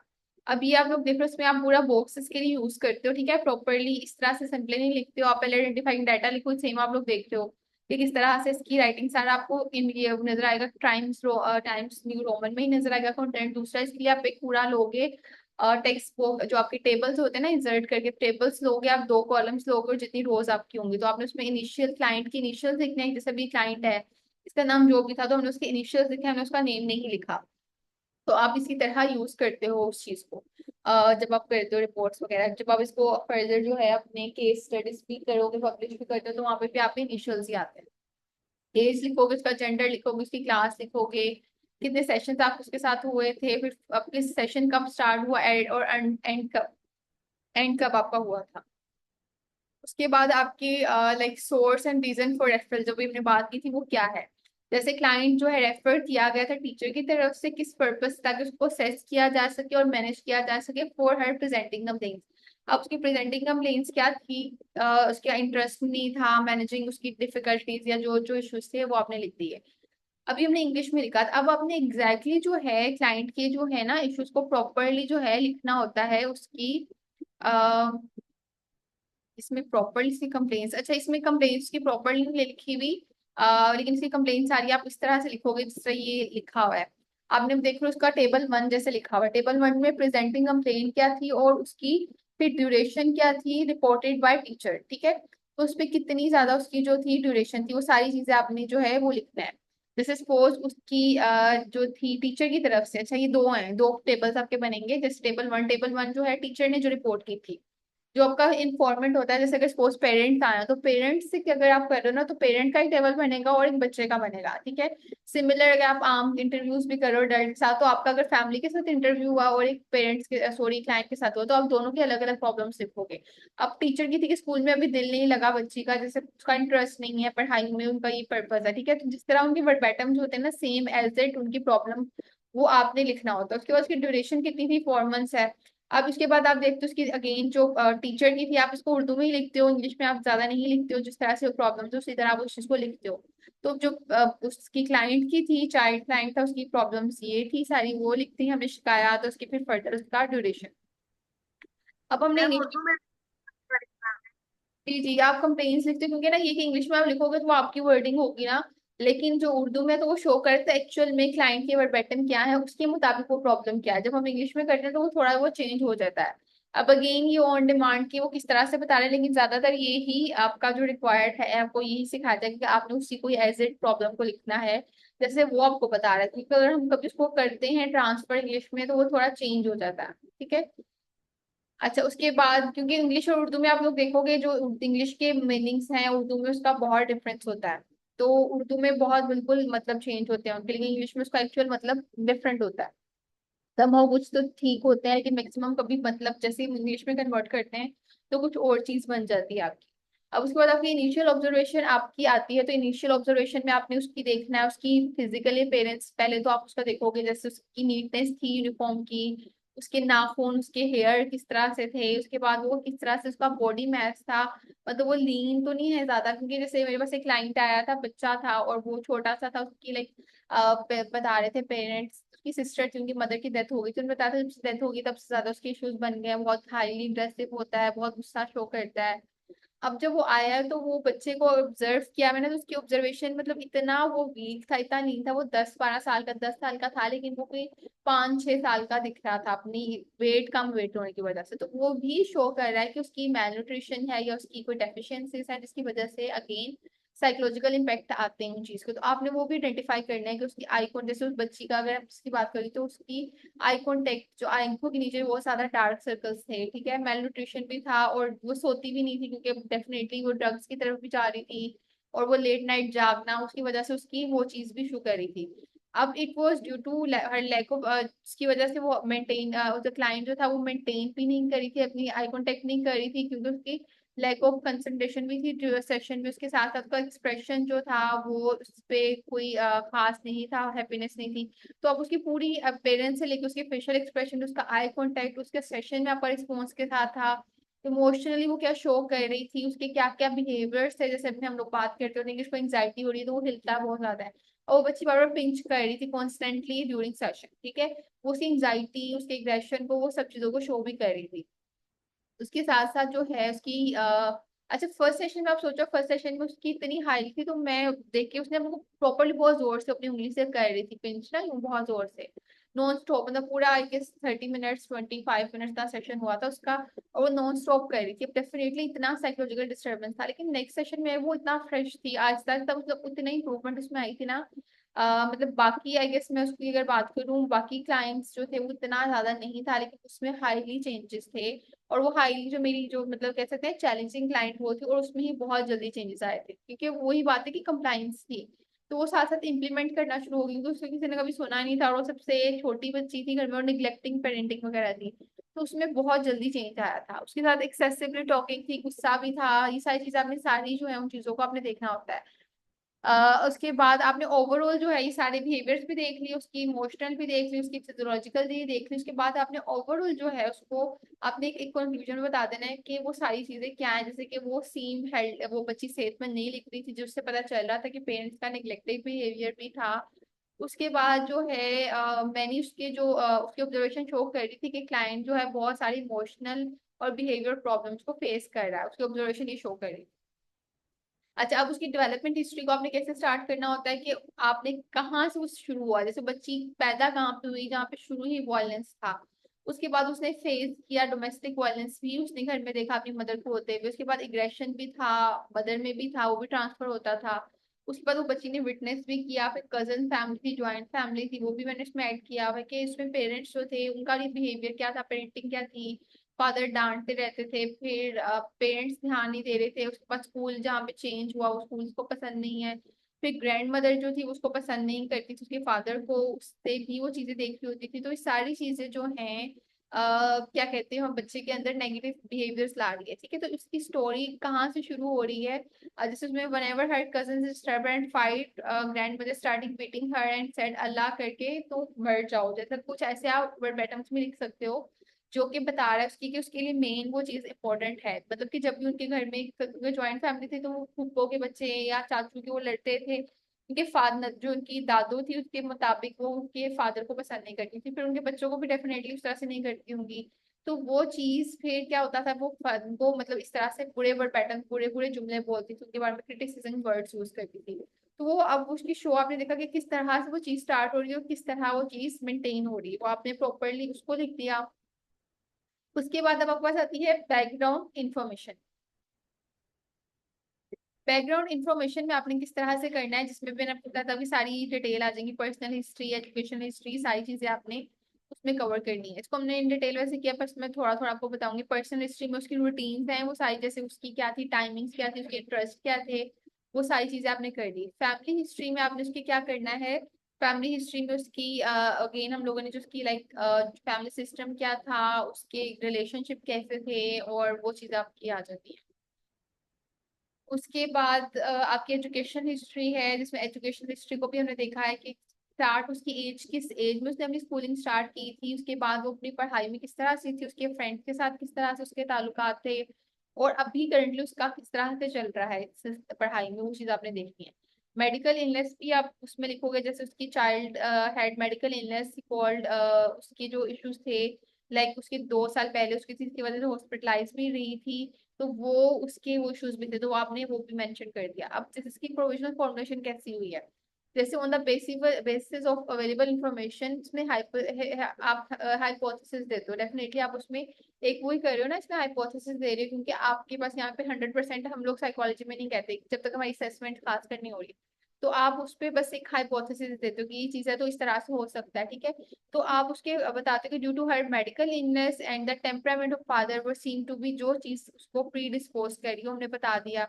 उसके बाद आप उसका जो नए घर में जाना, ठीक है, shift to a new home and school were precipitating, वो किस तरह से पर्सपिटेट कर रहा है, जो कि क्लाइंट को प्रॉब्लम करंट की तरफ उसकी तरफ लेके आया। जब उसने घर चेंज उनका होता है तो उससे क्या होता है, उसके नंबर भी खराब आना शुरू हो जाते हैं, उसके अगेन उसके लिए स्कूल में प्रॉब्लम आना शुरू हो जाती है, जिसकी वजह से अच्छा स्कूल एडजस्टमेंट इश्यूज भी बड़े ज्यादा होते हैं। लाइक इस चीज को ना लोग इतना ज्यादा इंपॉर्टेंस नहीं देते, लेकिन इसका इतना बड़ा रोल है ना बच्चों के लिए, कि अगर स्कूल एडजस्ट कर नहीं हो पा रहा ना, तो बच्चा जहीन से जहीन बच्चा की खराब पढ़ाई मतलब नालायक होना शुरू हो जाता है। तो पेरेंट्स को लगता है अगर वो पहले ब्रिलियंट है तो उसको हर जगह ब्रिलियंट होना चाहिए, लेकिन वो नहीं देख रहे कि उसके हजार फैक्टर्स हैं साइकोलॉजिकली जो बच्चे को कॉन्ट्रीब्यूट करें उस चीज में। तो वो चीज भी उसमें प्रॉब्लम कर रही थी, स्ट्रिक्ट टीचर थी जहाँ पे वो पढ़ रही थी, और पेरेंट्स एटीट्यूड जो थे उसको मेंटेन कर रहे थे, उसकी प्रॉब्लम। तो ये सारे उसके जो फैक्टर्स थे, वो उसमें जो रिस्क फैक्टर्स थे मैक्सिमम हद तक वो उसमें मेंशन है। अब इसके बाद आपके पास आ जाती है असेसमेंट। अब हमने उसकी असेसमेंट किस तरह से, असेसमेंट के लिए आपने पहले डिफाइन कर दिया कि असेसमेंट क्या होती है एक्चुअल में।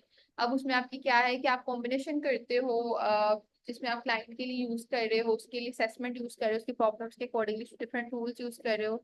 अब वो क्या क्या है, जैसे इसमें आपके पास आ रहा है बिहेवियर ऑब्जर्वेशन, क्लिनिकल इंटरव्यू हमने उसका किया, ठीक है, क्लिनिकल इंटरव्यू ये सब में ही होता है, ठीक है, सब्जेक्टिव रेटिंग भी आप अडल्ट्स में करते हो। अगर एंजाइटी है तो उसका फंक्शन एनालिसिस आपने देखना होता है कि अच्छा एंजाइटी किस तरह से उसमें मतलब कि वो चीज स्टैंड कर रही है, ठीक है, उसका फंक्शनल एनालिसिस अब फर्दर मैं आपको दिखा भी दूंगी किस तरह से हुआ था।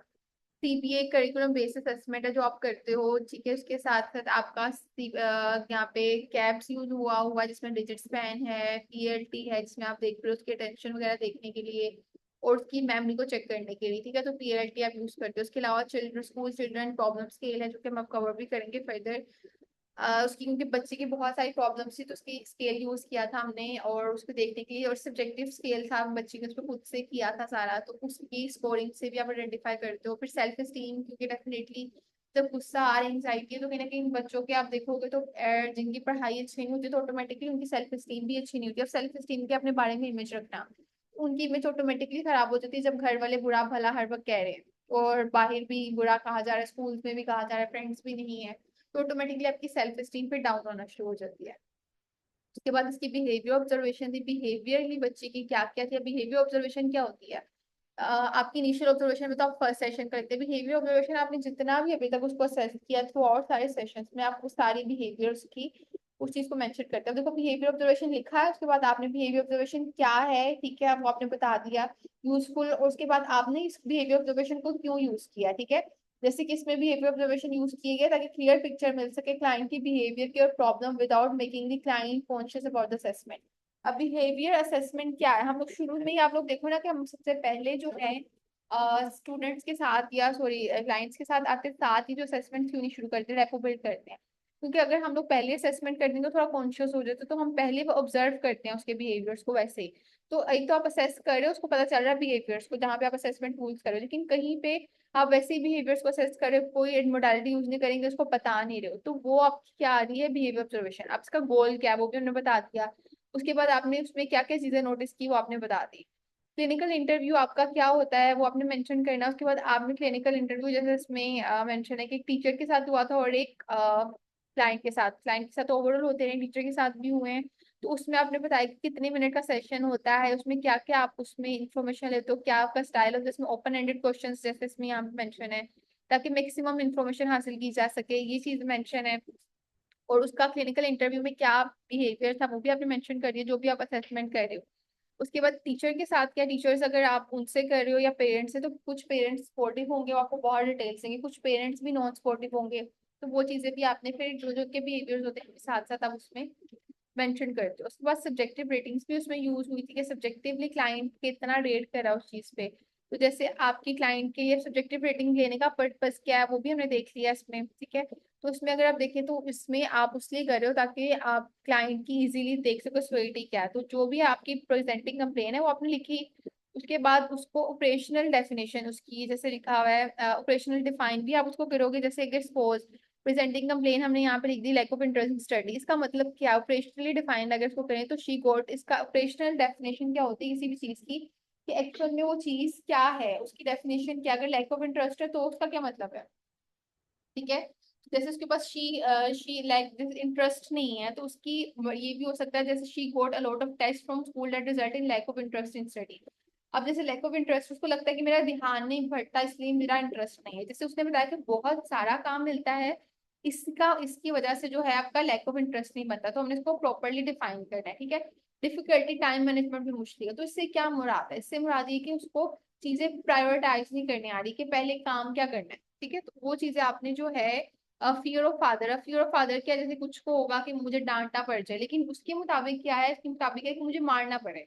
तो दोनों के अगर मेरे नंबर खराब आए तो मुझे मारना पड़ जाए, तो ये उसकी एक फियर ऑफ फादर है, ठीक है। तो उसको आपने डिफाइन भी करवाना है, जैसे कि मुझे डर लगता है, तो क्या मतलब है इसका, आप मुझे थोड़ा बता सकते हो। तो वो चीज आपने जो है वो चीज देखनी है। और उसके साथ साथ आपने उस पर रेटिंग लेनी है, रेटिंग का हमने आपको ऑलरेडी बताया। अच्छा, फंक्शन एनालिसिस इसका जो है कि फंक्शन एनालिसिस हमने एंग्जाइटी का जैसे देखा है, तो एंग्जाइटी का अगर हम देखें फंक्शन एनालिसिस क्या है। फंक्शन एनालिसिस हमने वो बता दिया आपने कि assessment of formation of behaviour, client के लिए आप उसका बिहेवियर देख रहे हो, आप देख रहे हो क्लाइंट हमेशा इनेक्शियस रहता था, फादर से बच्ची रहती है, उसके लिए फंक्शन एनालिसिस किया गया ताकि अंडरस्टैंड किया सके फंक्शन क्या प्रॉब्लम, क्यों वो चीज बढ़ रही है। इसमें आपने लिखा एक इंसिडेंट सपोज अगर function analysis of anxiety from the client, अच्छा उसको एंजाइटी हो रही है, ठीक है। अब उसमें क्या इंसिडेंट, अगर उसने स्कूल से जो है सपोज उसकी एंजाइटी का हमने किया, तो एंजाइटी था उसने जैसे ही उसने स्कूल से छुट्टी की, ठीक है, एक इंसिडेंट हुआ कि उसने एक छुट्टी करी, इमोशन क्या था उसमें, बेचैनी आ गई, बिलीव क्या था कि टीचर मुझे डांटेगी, उससे कॉन्सिक्वेंसेस क्या हो सकते हैं कि लाइक उसको जो है discuss her problem, discuss her problem with her mother, उसने उस चीज के रिजल्ट में क्या किया, उस चीज को अपनी मदर से डिस्कस किया, ठीक है। तो इसका ये आपका एबीसी मॉडल भी इसको आप कहते हो कि A for incident, B for believe, और उस पे सी फॉर कॉन्सिक्वेंसेस। तो वो आपने देखना होता है कि एंजाइटी का अगर है तो क्या है, वो आप सारा तो नहीं कर सकते, लेकिन आप कोई भी जिसके जो बेस लाइन होगी या जो प्रॉब्लम को बता रही है आप उसका एक एरो की फॉर्म में सेव करवा के बता सकते हो, ठीक है। तो उसको आप उसका एबीसी मॉडल वो उसमें बताओगे। उसके बाद इसमें कैप्स यूज हुआ है, ठीक है, कैप्स जैसे यूज हुआ है। उसके बाद पीएलटी है, ठीक है, पीएलटी भी जो है उसकी टेंशन को, उसकी मेमोरी को चेक करने के लिए किया गया था। उसमें आप अब देख सकते हैं कि ये सपोज हमने उसके ऊपर किया है, यहाँ पे जैसे पीएलटी के बारे में देखते तो पीएलटी क्या होता है। उसके बाद हमने क्लाइंट के साथ किया तो उसमें क्या प्रोसीजर था वो मेंशन कर दिया, ठीक है। उसके बाद हमने टेबल किया, उसका लेजेंड ये आप लोगों को नजर आओगे ना, easy and difficult score of child on PLT. अभी जिसके रिजल्ट आए उसकी इंटरप्रिटेशन हमने क्वांटिटेटिव दी है, जो आप लोगों को नजर आ रहा है ना, trial one, trial two, trial three, तो हमने 3 ट्रायल्स में करवा के उसको देखा है। अब उसमें उसका अगर आप देखो तो ये हमने क्वांटिटेटिव बता दिया, फिर आपने उसको क्वालिटेटिवली भी बताना है।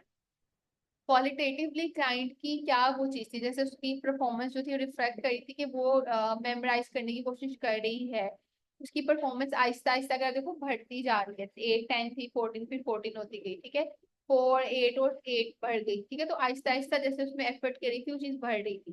क्वालिटेटिव भी आपने उसकी इंटरप्रिटेशन देनी है और क्वांटिटेटिव भी देनी होती है, फिर आपने प्रोसीजर बताना होता है उसका और उसका रैशनल बताना होता है। अच्छा, उसके बाद अगेन सारी असेसमेंट इसी तरह जो है फर्दर आपकी जो है कवर होंगी।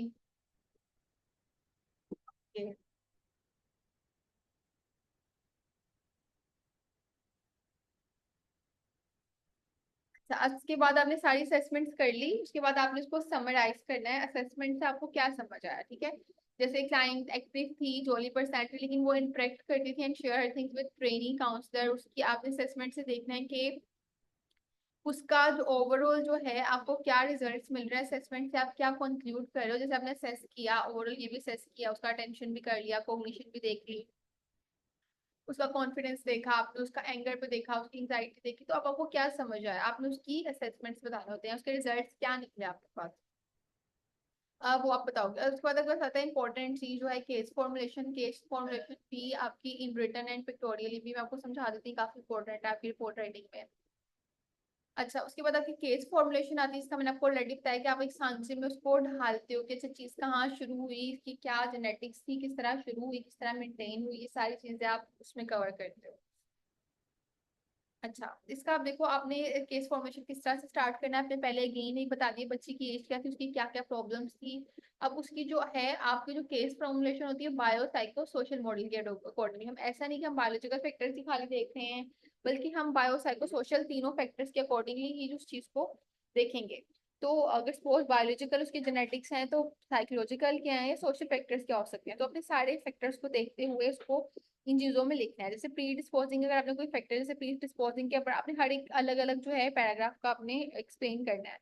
प्री डिस्पोजिंग का देखोगे, प्री डिस्पोजिंग पहले फैक्टर होते क्या है वो हमने बता दिया, उसके बाद हमने तक क्लाइंट की हिस्ट्री में प्री डिस्पोजिंग फैक्टर्स क्या थे वो आपने बता दिए। अब आपने देखना है कि उसकी जो प्री डिस्पोजिंग फैक्टर आपने मेंशन किया है, उसके साथ कोई रिसर्च उसको सपोर्ट कर रही है कि नहीं, आपने कोई ना कोई रिसर्च भी साथ उसको सपोर्ट में, क्योंकि जो हम फैक्टर्स बता रहे हैं, अब हम कैसे कह सकते हैं कि कंट्रीब्यूट कर रही है, हम अपनी तरफ से नहीं बात करें कि अगर उसकी फादर का टेम्परामेंट ज्यादा तो बच्ची का, हम खुद से नहीं कह रही, हम लोगों ने कहाँ से देखा है, हमने ये रिसर्च देखी है, हमने कोई इंटरनेट से देखी है, और रिसर्चेस कोई नई वाली देखनी है। आपने कोई नई रिसर्चेस की है जो कि बच्चे बेचारे जो है उनको रिसर्चेस मिलती नहीं है, बड़ी इसमें दो नंबरियां भी होती हैं क्योंकि रिसर्चेस इतनी हो ही नहीं रहती पाकिस्तान में, आई गेस, या जो फैक्टर्स होते हैं, तो वो रिसर्चेस को आपने देखना है। उसमें से जो लाइक उसको टेम्परामेंट के ऊपर बात हो रही है, तो टेम्परामेंट आपको कहाँ पे दिख रहा है, वो चीज आपने उसकी एक रिसर्च भी ऐड कर दी। इसी तरह आप जितने फैक्टर्स लिखोगे उसके साथ साथ आपने सपोर्टिंग उसके फैक्टर्स लिखते जाना है। फिर प्री डिस्पोजिंग फैक्टर है, जैसे प्री डिस्पोजिंग फैक्टर के बारे में बताया, प्री डिस्पोजिंग क्या चीज है कि ट्रिगर कहाँ से हो गया, सारे इश्यूज कहाँ से ट्रिगर हुए, तो आपने देखा प्री डिस्पोजिंग जो थे उसकी इलनेस थी, जैसे उसकी बीमार हुई तो वो चीजें बढ़ गई। अब रिसर्च के मुताबिक जो है वो चीज शो करती है कि अगर आप लाइक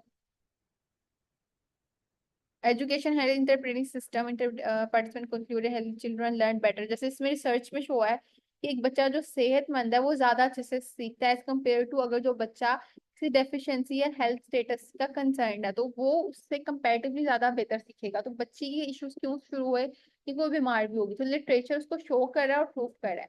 इस तरह आप जितने फैक्टर्स, सपोज आप प्री डिस्पोजिंग लिख रहे हो, पर्सिपिटेटिंग में लिख रहे हो, आपने पहले उसको डिफाइन किया, फिर आपने उसकी कहते हैं उसको क्लाइंट की फैक्टर एक पकड़ा, उसको आपने रिसर्च से सपोर्ट कर दिया, फिर दूसरा फैक्टर पकड़ा, फिर उसको रिसर्च से सपोर्ट कर दिया, ठीक है। तो इस तरह आप अलग अलग पैराग्राफ में हर फैक्टर को बता सकते हो। उसके बाद वो चीज मेंटेन क्यों हो रही है, क्योंकि अब वो फर्दर उसके सिम्टम्स क्यों मेंटेन हो रहे हैं, कि वो शो कर रहा था कि स्कूल जो है, ट्रांजिशन फ्रॉम स्कूल और हाउस, घर से स्कूल में जो चेंजेस आया है, वो उसकी प्रेजेंटेशन कंप्लेन जो है प्रेजेंटिंग चीजों को मेंटेन कर रहा है, ठीक है। तो वो आपने बता दिया, इसमें फर्दर रिसर्चेस बता दी कि रिसर्चेस किस तरह से उसको शो कर रही है। अच्छा, ये हमने ट्रिगरिंग फैक्टर ही लिखा था, पर्सिपिटेटिंग। अच्छा, परपिचुएटिंग फैक्टर्स मेंटेनिंग फैक्टर्स होते हैं, सॉरी। तो परपिचुएटिंग मेंटेन क्या चीज कर रही थी, उसकी जो उसकी थी, उसको case poor inside of client इस लाइक उसकी जो प्रेजेंटिंग इलनेस उसके बारे में उसको जो पूरे इनसाइड उसमें उस चीज की अवेयरनेस नहीं थी, वो चीज को मेंटेन करा था। तो अगर चीज को अगर आपको अवेयरनेस नहीं होती, रिसर्च भी शो करती है अगर आप में इनसाइड ज्यादा, तो आपके रिकवर होने के चांसेस ज्यादा है। अब आपने सारा कर लिया, उसके बाद थ्रू आउट आपने जो करने के बाद आपने सेशन को, उसके बाद उसके बारे में ओवरऑल आपने बता दिया कि उसके सेशंस में उसका बिहेवियर वगैरह through out the session, the cooperative behaviour clients toward, हाँ, इसके प्रोटेक्टिव फैक्टर क्या थे। लाइक बच्ची के साथ जो थी, जो बच्ची थी वो बहुत कोऑपरेटिव थी, हाईली कोऑपरेटिव थी, तो वो उसका बहुत बड़ा प्रोटेक्टिव फैक्टर था, ठीक है। तो वो हमेशा जो थी कोऑपरेशन शो करती थी ट्रेनिंग साइकोलॉजिस्ट के साथ, तो वो उसका एक प्रोटेक्टिव फैक्टर था। तो ये केस फॉर्मेशन के अब हम देखते हैं पिक्टोरिकल, इसको रिप्रेजेंटेशन कहते हैं, वो किस तरह से आपकी होती है। जैसे सपोज प्रेजेंटिंग कंप्लेंट्स का एक बॉक्स आता है, उसके बाद आपकी असेसमेंट्स आती हैं, फिर आपकी प्री डिस्पोजिंग क्या है, फिर क्या चीज को ट्रिगर कर रही है, क्या मेंटेन कर रही हो, एट द एंड उसको क्या प्रोटेक्ट कर रहा है। उसके बाद आपका इसमें सस्पेक्टेड प्रॉब्लम भी आ गई, और फिर अगेन आपका क्या आ गया, मैनेजमेंट प्लान भी आ गया। तो ये हमने कर लिया केस फॉर्मेशन। अब हमारा लास्ट पार्ट है जो कि आता है इंटरवेंशन प्लान पे। अच्छा, इंटरवेंशन प्लान क्या है आपका, जो आपका आपने जो जितनी भी सारी उसकी असेसमेंट की उसके ऊपर आपके गोल्स बनते हैं। गोल्स हमारे डेफिनेटली हमारी पसंद के नहीं होते गोल्स, बल्कि हम किसकी बेस पे बना रहे हैं, क्लाइंट की नीड्स के अकॉर्डिंग, ठीक है। तो वो हमने देखा क्लाइंट के क्या इश्यूज थे, assess क्या किया, उसको एंग्जाइटी है, तो गुस्सा आता है, ये उसको क्या इश्यूज है, ये उसको कॉन्फिडेंस का मसला है, या उसको टाइम मैनेजमेंट में हमें समझ आया। उसके अकॉर्डिंगली आपने उसको गोल्स बनाए, जैसे रेपो बिल्डिंग का गोल बनाया, साइको एजुकेट का, एंजाइटी मैनेजमेंट का, उसकी बूस्ट करना, उसकी सेल्फ एस्टीम का वो है, टाइम मैनेजमेंट का है, स्टडी स्किल ट्रेनिंग के ऊपर है, उसके अलावा उसकी जो थॉट्स है नेगेटिव चीजों के बारे में, उन चीजों को डील करने के लिए उसकी गोल्स बन गए।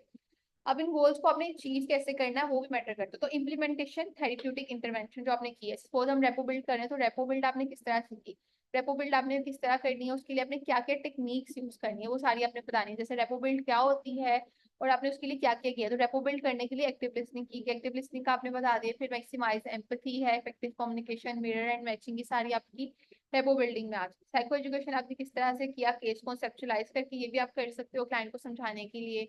और उसके अलावा फिर आप उसको एबीसीडी मॉडल की आपकी एंग्जाइटी है तो इस तरह से आ रही है आपको। फिर बिब्लियोग्राफिक, जैसे मैंने उनको रीडिंग मटेरियल दिया था उनकी उसके लिए, ड्रग एडिक्शन के लिए पढ़ने के लिए दे दिया था, तो आप भी इस तरह एंगर के ऊपर दे सकते हो, एंग्जाइटी के लिए दे सकते हो, ओसीडी के लिए कोई कंटेंट दे सकते हो जो कि रिटर्न फॉर्म में होता है, उसको हम बिब्लियोग्राफी कहते हैं, ठीक है। तो बिब्लियोग्राफी का भी मैं आपको थोड़ा सा बता देती हूँ। तो कोई भी रीडिंग मटेरियल, कोई पोएट्री, कोई थेरेप्यूटिक स्टोरी टेलिंग के फॉर्म में जो आप मटेरियल उनको प्रोवाइड करते हो बाय हैंड, या आपको चीज के आपको बाद में पढ़ सकते हो, तो वो आपका बिब्लियोग्राफी में आता है, ठीक है। इसको यूज किया गया था क्लाइंट के साथ।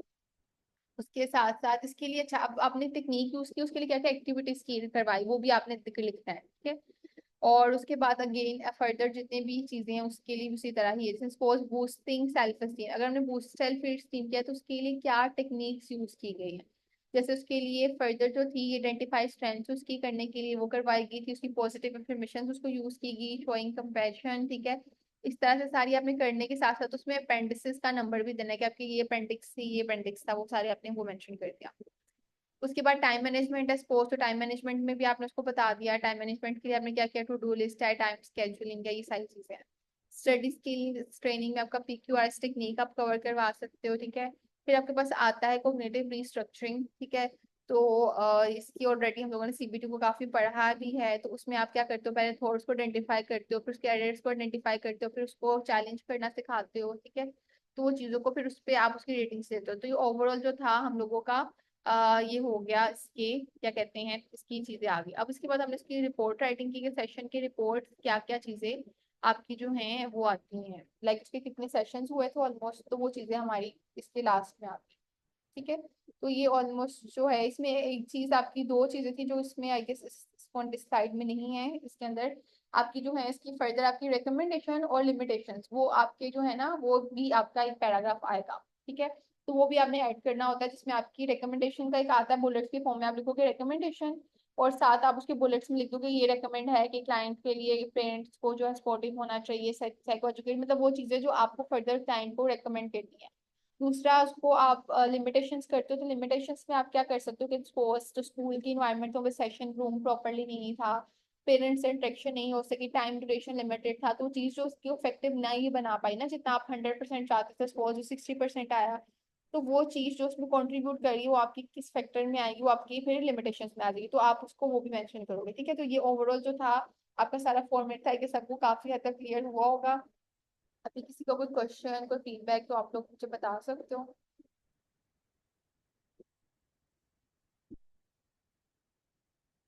कोई कंफ्यूजन है आप लोगों की। मैम ये हमने सारे केस के बाद सबसे एंड में रिपोर्ट बनानी होती है, हम्म, क्या मतलब, और ये किस पर्पज के लिए होती है मैम? क्या कह रहे हो। मैम ये किस पर्पज के लिए बनती है? क्योंकि ये तो अगर हम यूनिवर्सिटी वगैरह में या कहीं हो तो थीसिस या असाइनमेंट वगैरह सबमिट कराने के लिए बनानी होती है, या प्रैक्टिकल लाइफ में भी ये बनानी होती है हर क्लाइंट की? अच्छा, प्रैक्टिकल लाइफ में आप बनाते हो लेकिन बहुत छोटी सी बनाते हो, ठीक है। और वो जो होती है बहुत मिनिमम होती है, इतनी लंबी नहीं होती। जैसे अब इसमें बहुत डिटेल में आप पूरी हिस्ट्रीज लिख रहे हो, उसमें आप हिस्ट्री से इतनी लंबी नहीं लिखते हो, ठीक है। वो एक बड़ी प्रिसाइज सी रिपोर्ट होती है। ठीक है, तो वो आप सिर्फ और सिर्फ इसलिए करते हो ताकि आपको अपनी एक जो है ना, आप लर्न करके आपको एक रिमाइंडर्स नहीं, कुछ चीजें गोल्स आपने लिख ली, इंप्लीमेंटेशन प्लान लिख ली, उसकी एक ऑब्जर्वेशन लिख ली, कुछ आपने उसको एक डेवलपमेंट हिस्ट्री लिख ली, तो वो कुछ आपके कुछ फैक्टर्स आएंगे। तो इतनी लंबी आप केस फॉर्मुलेशन भी उसमें नहीं करते हो, इतने लंबे लंबे रिसर्चेस भी डेफिनेटली आपको जरूरत नहीं है, क्योंकि रिसर्च तो प्रूव करने के लिए, दिखाने के लिए हम कर रहे हैं ना। लेकिन ये चीज आपको इसलिए कि आम प्रैक्टिकली लाइफ में आपको इतनी जरूरत नहीं पड़ती। अच्छा, ये आप किस तरह से यूज करते हो? जब आप रिपोर्ट राइटिंग करते हो तो आप उसको पब्लिश भी करवाते हो, तो पब्लिकेशन में भी हेल्पफुल रहती है आपकी। ठीक है, तो आप अपनी केस स्टडीज पब्लिश करवाना चाह रहे हो, सपोज आपकी अपनी पर्सनल क्लाइंट की भी कोई है, ठीक है, तो वहां पे भी आपकी इतनी छोटी रिपोर्ट नहीं होगी, फिर आप इतनी लंबी रिपोर्ट बनाओगे। ठीक है, फिर उसके लिए आपको जरूरत पड़ेगी कि आपको कब पब्लिश करवाना चाहते हो, वहां पे आप डिटेल में जाओगे। लेकिन अगर आपको कोई आम अपनी प्रैक्टिकली वर्ड में बात करो तो वहां पे इतनी लंबी रिपोर्ट राइटिंग नहीं चलती है। और मैम प्रैक्टिकल उसमें ये हमने रिपोर्ट राइटिंग जो करनी होती है कि जब एक दफा केस क्लोज हो जाता है उसके बाद करते हैं। क्या करें जब केस क्लोज हो जाता है आपका क्लाइंट का? जी मैम, नहीं नहीं एंड में करते हैं ये नहीं बिल्कुल। नहीं नहीं, आप उसको साथ साथ करते हो ताकि वो चीज आपको याद भी रहे, और दूसरा ये है कि आप उसके लिए फर्दर क्लियर भी हो जाओ, और आपको बस एक रिकॉर्ड भी आ जाता है। ठीक है, एट द एंड करने का तो फायदा नहीं, आपको भूल भी जाएंगी चीजें, तो वो आप साथ साथ इनिशियल कर लोगे तो वो आपके लिए ज्यादा बेस्ट रहती है, तो फिर उसमें एडिट आप करते जाओगे चीज साथ साथ। तो आप बिल्कुल क्लाइंट के साथ ही हिस्ट्री ले ली आपने, तो उसकी रिपोर्ट राइटिंग भी होगी आपकी उसी टाइम ही। मैम ये एट द एंड हमने कहीं सबमिट करनी होती है, लाइक नहीं फॉर नहीं। इंस्टेंस अगर हम किसी के साथ काम कर रहे हैं तो हमने किसी को शो करना होता है या ये अपने लिए होती है? अच्छा, प्राइवेट सेटिंग में बात करो तो डेफिनेटली आपको किसी को सपोज मैं कर रही हूँ तो मुझे कहीं सबमिट करानी नहीं है, मुझसे कोई क्लाइंट भी नहीं मांगेगा वो चीज। ठीक है, हाँ, क्लाइंट को ये होगा कि मैं जो बता रहा हूँ तो वो रिकॉर्ड अच्छे से हुआ, ताकि वो चीज रिपीट हो तो बार बार क्लाइंट को पूछना ना पड़े ना हमें कि आप मुझे पास में बताया था, आप कहाँ पे बताए, दोबारा से पूछेंगे। तो आपके लिए तो बेस्ट है, क्लाइंट को नहीं चाहिए। ठीक है, और दूसरा अगर हम बात करें सबमिट करवाने की तो वो भी नहीं। हाँ, कोई आप ऐसे जॉब कर रहे हो, जैसे अगर हम बात करें सेंटर्स होते हैं, स्पेशल सेंटर्स होते हैं, वहां पे डिमांड की जाती है कि आप राइटिंग रिपोर्ट्स लिख के हमें दें। ठीक है, वहां पे वो रिपोर्ट्स लिखते हैं बच्चों के लिए। ठीक है, तो वहां पे आपकी हेल्पफुल रहती है, वहां पे आप लिखते हैं उन चीजों को, तो वहां पे आपको सबमिशन, आप किसी इंस्टीट्यूट में है, आप किसी ड्रग सेंटर में है, वहां पे डिमांड की जा सकती है, आप किसी ऑर्गेनाइजेशन में है, वहां पे आपसे डिमांड की जा सकती है, अगर आप स्कूल सेटिंग में as a school counsellor work करें, वहां पे भी आपसे डिमांड की जा सकती है। ठीक है, तो लेकिन अगर हम बात करें प्रैक्टिकली, वहां पे आपसे कोई सबमिशन नहीं होगी, वो सिर्फ और सिर्फ आप अपने लिए रिपोर्ट करके रखोगे।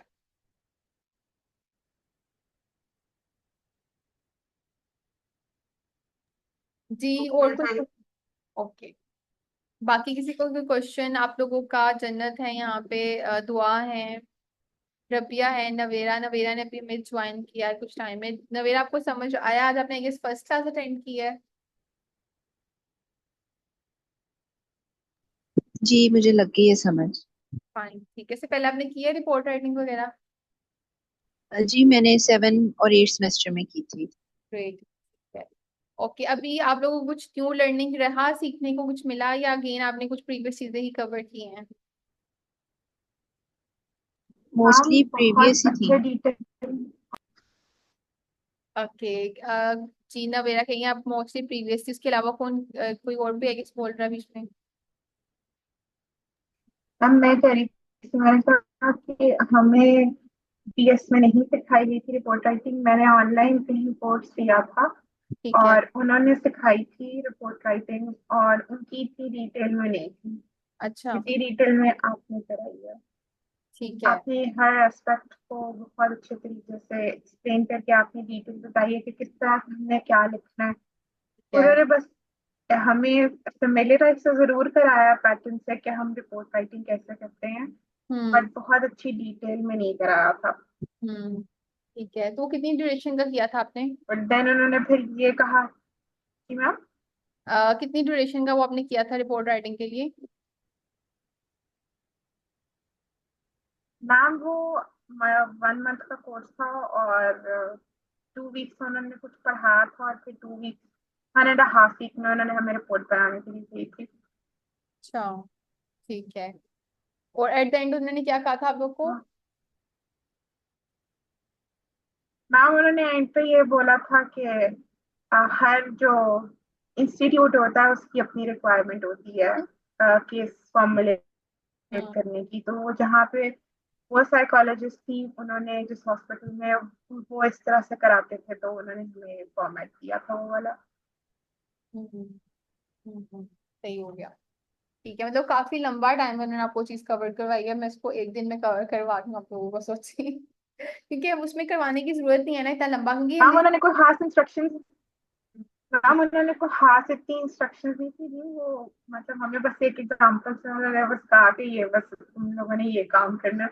आपने तो पहले पूरा फॉर्मेट समझाया और वो सब किया ना, उन्होंने बस हमें एक एग्जांपल से बस कहा था कि ये देखो, ये फॉलो करो, और मुझे कहीं से भी केस ढूंढ के तो केस स्टडी बना के दो पूरी।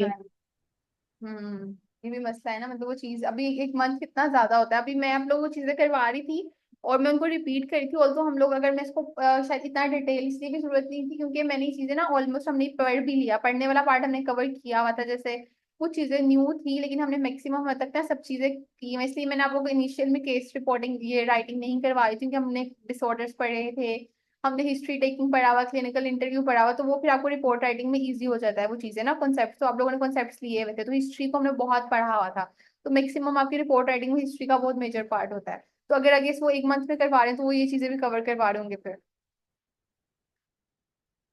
तो मैम थोड़ा थोड़ा ही कराया था, मैं उनसे सेटिस्फाई नहीं थी। ठीक हो गया। आपसे मैं बहुत सेटिस्फाइड हूँ। ग्रेट, ये तो अच्छी चीज है फिर। ठीक हो गया। अच्छा, उसके अलावा आप लोगों को किसी कोई क्वेश्चन नहीं है तो फिर हम इसको कर देते हैं एंड, ठीक है। और बाकी ऐसा करती हूँ कि मैं आप लोग को फॉर्मेट जो है वो कर दूंगी शेयर, इसका जो है शॉर्ट फॉर्म में वो कर दूंगी, रिपोर्ट में शेयर नहीं कर सकूंगी। बाकी ये कि मैं आप लोग को फॉर्मेट इसका शेयर कर दूँ, उसके बेसिक्स हैं उसमें काफी आपकी डिटेल्स है, उसको देखिए आप रिपोर्ट राइटिंग अच्छी कर सकते हो, मतलब कोई भी आप करना चाहो फर्दर ना, तो वो मैं इंशाल्लाह आपके साथ शेयर करती हूँ, तो वो आप लोग उसको देख भी लें, ठीक है।